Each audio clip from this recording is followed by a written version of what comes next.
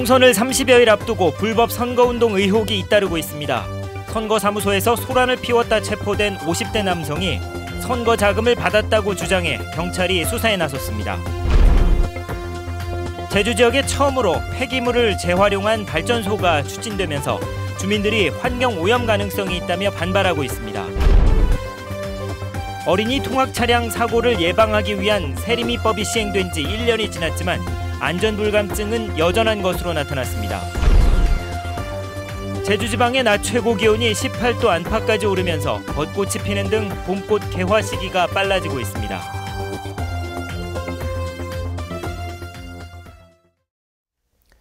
여러분 안녕하십니까? 뉴스데스크 제주입니다. 20대 국회의원 선거가 30여일 앞으로 다가오면서 불법 선거운동 의혹이 잇따르고 있습니다. 예비후보 선거사무소에서 난동을 부렸다 체포된 50대 남성이 선거자금을 받았다고 주장해 경찰이 수사에 나섰습니다. 이소현 기자입니다. 제주시 갑선거구의 새누리당 예비후보 A씨의 선거사무소. 어제 오후 2시쯤 이곳에 52살 윤모 씨가 술에 취한 채 찾아와 후보자가 자신을 무시했다며 욕설을 하며 소란을 피웠습니다. 윤 씨는 캠프 관계자들의 신고를 받고 출동한 경찰에 공직선거법상 선거 자유방해 혐의로 체포됐습니다. 술을 아주 많이 마시고 와서 부적절한 언행을 하는 것들이 한 20분, 30분 정도. 그런데 경찰 조사에서 윤 씨는 자신이 후보 캠프로부터 선거 자금을 받았고 돈의 출처도 알고 있다고 주장했습니다. 해당 후보는 윤 씨가 선거사무소 난입으로 궁지에 몰리자 허위 사실을 유포하고 있다며 강력 대응하겠다고 밝혔습니다. 이에 대해 경찰은 윤 씨가 선거운동 조직원으로 활동해온 만큼 불법 선거운동 의혹과 관련해 사실관계를 확인하겠다고 밝혔습니다. 현재 4.13 총선과 관련해 선거법 위반 혐의로 수사를 받고 있는 관련자는 10여 명. 지난달에는 불법 기부 행위와 관련해 검찰이 새누리당 예비후보가 이사장으로 있는 사단법인을 압수수색하기도 했습니다. 20대 총선을 한 달여 앞두고 선거자금 등 각종 의혹이 제기되면서 이 선거판이 얼룩지고 있습니다. MBC 뉴스 이소연입니다. 새누리당의 서귀포시 동홍동 도의원 보궐선거 후보 공천을 놓고 잡음이 일고 있습니다. 오현승 예비후보는 제주도의회에서 기자회견을 열고 경선 여론조사 결과를 공개하지 않고 후보를 추천한 것은 사전 담합이며 전략공천이라며 이의신청서를 제출하겠다고 밝혔습니다. 한편 새누리당은 최고위원회에서 백성식 씨를 후보로 확정했습니다. 제주에서 처음으로 쓰레기를 재활용한 고체 연료로 전기를 생산하는 열병합 발전소가 들어섭니다. 하지만 주민 반발과 환경 오염 우려 등 논란이 커지고 있습니다. 권혁태 기자가 보도합니다. 제주시 봉계동 쓰레기 매립장에 쌓여있는 폐기물 더미. 폐비닐과 생활 쓰레기를 잘라 만든 고체 연료입니다. 한 민간업체가 이 고체 연료를 태워 전기를 생산하는 열병합 발전소를 짓겠다고 나섰습니다. 제주시 해안동 일대에 260억 원을 투입해 내년 4월까지 완공하겠다는 계획. 정부와 제주도로부터 발전 사업과 오염물질 배출 허가를 받았고 안전성에도 문제가 없다는 겁니다. 설비 전체 구성을 보면은 환경 쪽 분야가 약 3분의 1 정도 비용을 투입하는 걸로 지금 알고 있습니다. 그렇다면은 우리가 이 환경적으로는 전혀 없을 것으로 생각하고 있습니다. 하지만 주민들은 사업 백지화를 요구하며 반대 서명운동에 나섰습니다.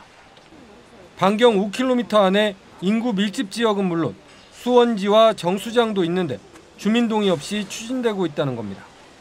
식수로 공급받는 이런 물이 오염될 위기에 처해져 있다는 거죠. 그러면 노영뿐만 아니라 신제주권 모든 사람들은 그 물을 마시게 될 거고 농산물도 그 물을 이용하게 될 거고 그러면 저희 먹거리가 크게 타격을 받겠다라는 겁니다. 전국적으로도 강원도 원주 등 9곳에서 열병합 발전소 건설을 둘러싸고 분쟁이 계속되고 있는 상황. 업체 측은 올 상반기에 건축 허가를 받은 뒤 10월부터는 시험 가동에 들어가겠다는 입장이어서 논란은 커질 것으로 보입니다. MBC 뉴스 권혁태입니다. 통학 차량에 의한 어린이 안전사고를 막기 위해 이른바 세리미법이 시행된 지 1년이 지났는데요. 새학기를 맞아 경찰이 집중 단속에 나섰는데 안전 불감증은 여전했습니다. 박주연 기자가 취재했습니다. 제주 시내 한 초등학교 앞. 학교 수업을 마친 초등학생을 가득 태우고 출발하려던 학원 차량을 경찰이 멈춰 세웁니다. 뒷좌석에는 어린이들이 안전띠를 매지 않은 채 앉아 있습니다. 친구들, 안전벨트 맸어? 얘는 앉자마자 딱 들어맸는데 앞에는 무조건 뒤에는 좀 소홀한 거야. 또 다른 학원 차량도 사정은 마찬가지. 앞으로 좀 가속 움직이다 보면 좀 위협할 것 부분이 좀 있습니다. 네. 교사의 지도 없이 아이들끼리 차량을 타고 내리는 경우도 눈에 띕니다. 지도교사나 운전기사가 반드시 승하차를 지도해야 하지만 잘 지켜지지 않는 겁니다. 일단 안전벨트 매는 쪽에 집중을 했기 때문에 그것까지는 좀 겨를이 없었다고나 할까. 올 들어 교통법규를 지키지 않아 적발된 어린이 통학버스는 모두 52대. 안전띠를 매지 않은 경우가 36대로 가장 많았습니다. 제주 지역에서는 지난해 어린이 7명이 통학버스 교통사고로 다쳤고 전체 어린이 교통사고 사상자도 300여 명에 이르고 있습니다. 경찰은 새학기를 맞은 이달까지 세리미법 위반 차량을 집중 단속하기로 했습니다. MBC 뉴스 박주연입니다. 제주지방경찰청은 인터넷 매체 제주도청 고위 공무원 A씨에 대한 비방 댓글을 쓴 혐의로 공무원 B씨를 입건했습니다. B씨는 지난 1월 도내 모 인터넷신문 기사에 A씨가 연애질을 하며 업무에는 신경을 쓰지 않는다는 댓글을 올린 혐의를 받고 있습니다. A씨는 인신공격성 비방이라며 경찰에 수사를 의뢰했습니다. 요즘 포근한 날씨가 이어지면서 봄이 왔음을 실감할 수 있는데요. 때일은 벚꽃까지 피어나서 봄 소식을 전하고 있습니다. 김항섭 기자입니다.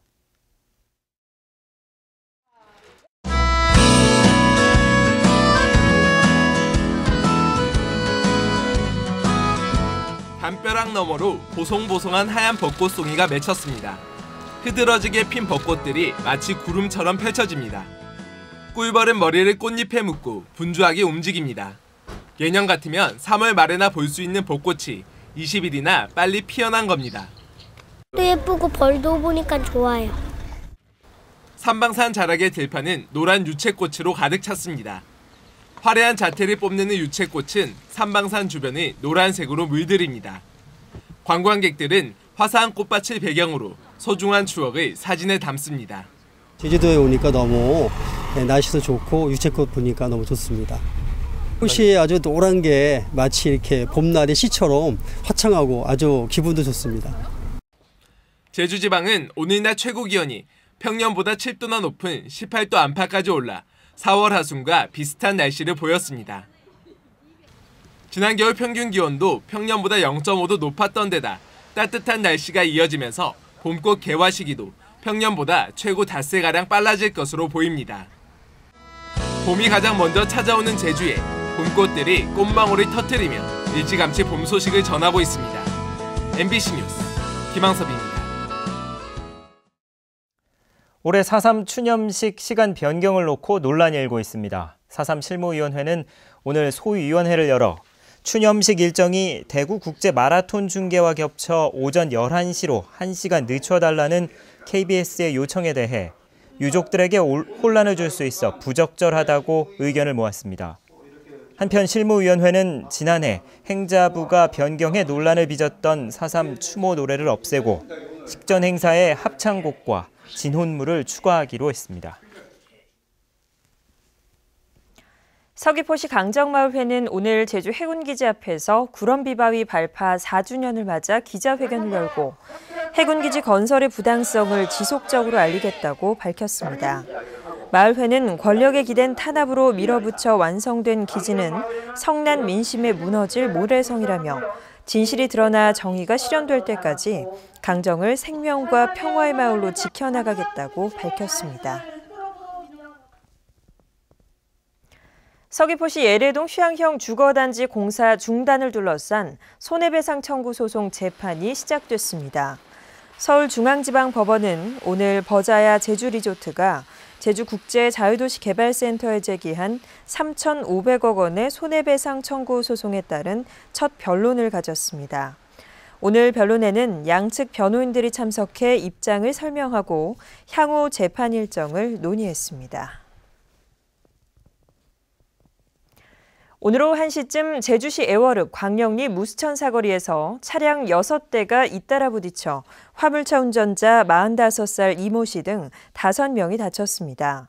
경찰은 25톤 덤프트럭이 신호 대기 중인 차량들을 들이받은 것으로 보고 운전자 등을 상대로 정확한 사고 경위를 조사하고 있습니다.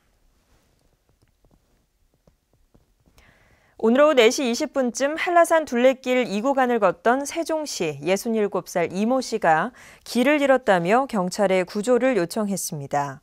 이 씨는 신고 1시간 만인 오후 5시 20분쯤 둘레길 2구간 입구인 거린사슴오름 부근에서 안내센터 직원에게 발견됐는데 건강에는 이상이 없는 것으로 알려졌습니다. 어제 오전 9시쯤 경남 통영시 욕지도 남서쪽 90km 해상에서 제주 선적 29톤급 유자망어선이 기관 고장으로 항해할 수 없다며 해경에 구조를 요청했습니다.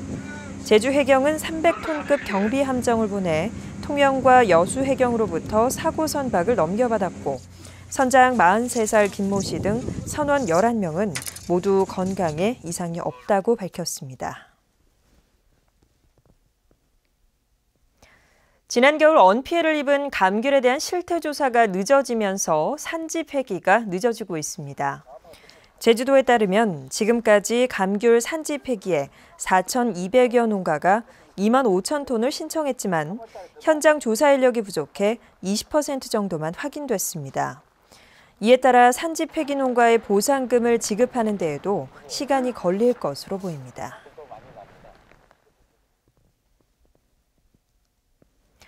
제주 지역 수출을 온라인 게임이 주도한 것으로 나타났습니다. 제주도에 따르면 지난해 도내 기업의 수출 실적은 10억 8천만 달러로 재작년보다 29% 늘었습니다. 이 가운데 온라인 게임 수출액은 4억 7천만 달러로 네오플의 제주 이전과 함께 재작년보다 670배나 늘어 전체의 43%를 차지했지만 LED TV 등 공산품은 3억 2천만 달러로 재작년보다 39% 줄었습니다. 이성문 제주도 교육감이 제108주년 세계 여성의 날을 맞아 내일 교육청 여성 직원 120명과 함께 제주 시내 영화관에서 일본군 위안부 피해자를 다룬 영화 귀향을 관람합니다. 이성문 교육감은 지난 2일 귀향을 본 뒤 가슴이 매우 먹먹하다며 국민의 역사적 이해와 통합에 초점을 맞춘 영화라는 소감을 페이스북에 남기기도 했습니다. 임의용업소 5개 가격 표시제 이행 실태에 대한 일제 점검이 이루어집니다. 서귀포시는 459개 임의용업소 가운데 영업장 면적이 66제곱미터 이상인 87곳을 대상으로 5개 가격 표시 실태를 점검해 위반 사항이 적발될 경우 과태료 50만 원을 부과할 방침입니다.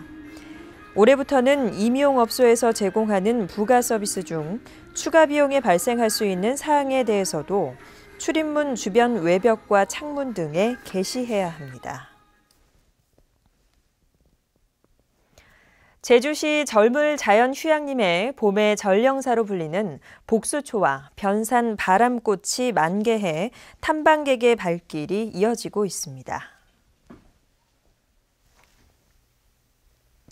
이상으로 제주 MBC 뉴스를 마칩니다. 고맙습니다.